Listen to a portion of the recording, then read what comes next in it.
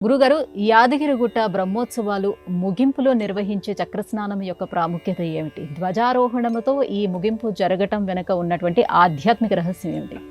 యాదగిరిగుట్ట యాదాద్రి యాదాద్రి బ్రహ్మోత్సవాలకి ఈరోజు ధ్వజ అవరోహణము, చక్రస్నానం అంటే బ్రహ్మోత్సవాల యొక్క ముగింపు రోజు. ఈరోజు బ్రహ్మ ఉత్సవాలు, ఎందుకంటే మిగతా ఏ దేవుడి పేరు మీద కూడా ఉత్సవాలు అనరు, బ్రహ్మదేవుడి పేరు మీదగానే అంటారు.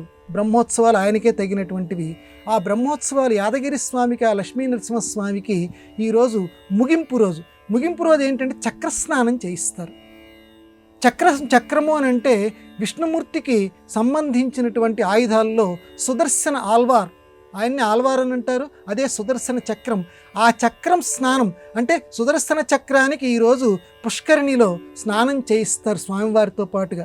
అంటే చక్రస్నానము, ఎందుకంటే దేవుడు ఎప్పుడూ కూడా తనకంటే కూడా తన భక్తులకి ఎక్కువ విలువిస్తుంటాడు. అది ఇక్కడ మనం తెలుసుకోవాల్సిన విషయం. ఎందుకనంటే స్వామివారి స్నానము అనే పేరు రాల బ్రహ్మోత్సవాలు ముగింపు రోజులో, నరసింహ స్నానము అని పేరు రాలేదు చూడండి, చక్రస్నానము అని అంటారు. అంటే నరసింహస్వామి వారి యొక్క, ఆ విష్ణుమూర్తి యొక్క ఆయుధాల్లో ఒకటైనటువంటి చక్రానికి అంత విలువ ఇచ్చాడు. అంటే స్వామివారు తనను ఎవరైతే కొలుస్తూ ఉంటారో వారికి అంత విలువిస్తారు నరసింహస్వామి. అది లోకానికి తెలియజేయటం.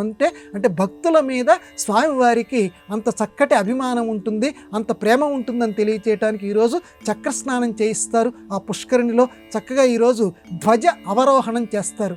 అంటే మొట్టమొదటి రోజు ధ్వజాన్ని పైకి ఎగరవేస్తారు. ఏంటి, జెండాని ఎందుకు పైకి ఎగరేస్తారంటే లౌకికంగా పక్కన పెడదాం, ఇక్కడ మాత్రం ఈ బ్రహ్మోత్సవాల్లో జెండా ఎందుకు ఎగరేస్తారంటే దేవతలు ఎవరైతే ఉంటారో, పైన ఉన్నటువంటి దేవతలు పైన ఉంటారని మన విశ్వాసం కనుక, ఆ దేవతలందరికీ కూడా మనం తీసుకెళ్ళి స్వాగత పత్రిక, ఆహ్వాన పత్రిక అందచేయలేము. ఈ జెండాని ఎగరేయటం వల్ల ఏంటంటే, ఇదిగో దేవతలారా, ఇదిగో మా యాదగిరిగుట్టలో స్వామివారి యొక్క బ్రహ్మోత్సవాలు ఈరోజు మేము ప్రారంభిస్తున్నాము అని మొట్టమొదటి రోజు జెండాని పైకి ఎగరేస్తారు. ఈ చిట్ట చివరి రోజు ఈరోజు ఆ ధ్వజాన్ని కిందికి దించుతారు. అంటే ఈ రోజుతోటి బ్రహ్మోత్సవాలు ముగుస్తున్నాయి అని చెప్పటానికి ధ్వజ అవరోహణం చేస్తారు. దానితో పాటుగా లోకం మొత్తాన్ని పునీతం చేయటానికి స్వామివారి భక్తుల్లో గొప్పవాడైనటువంటి సుదర్శన ఆల్వార్ తోటి చక్కగా సుదర్శన చక్ర స్నానం చేయిస్తారు.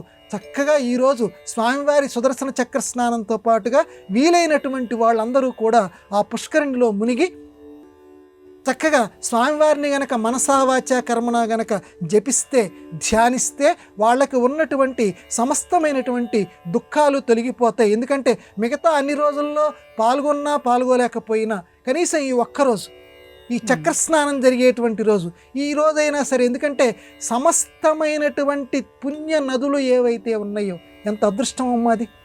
అన్ని నదుల్లోకి ఈ మానవ దేహంతో ఎంత ఖర్చు పెట్టుకొని వెళ్ళినా మనం వెళ్ళలేము. ఈ భారతదేశంలోనే ఎన్నెన్నో పుణ్య నదులు ఉన్నాయి. అన్ని పుణ్య నదుల్లో స్నానం చేసే భాగ్యం చాలా వ్యయ ప్రయాసలతో, కానీ అన్ని నదులు కూడా తమ తమ అంశాలని ఇదిగో ఈరోజు ఈ చక్రస్నానంలో ఈ నరసింహస్వామి వారి యొక్క ఆ పుష్కరిణిలోకి ప్రవేశిస్తాయట.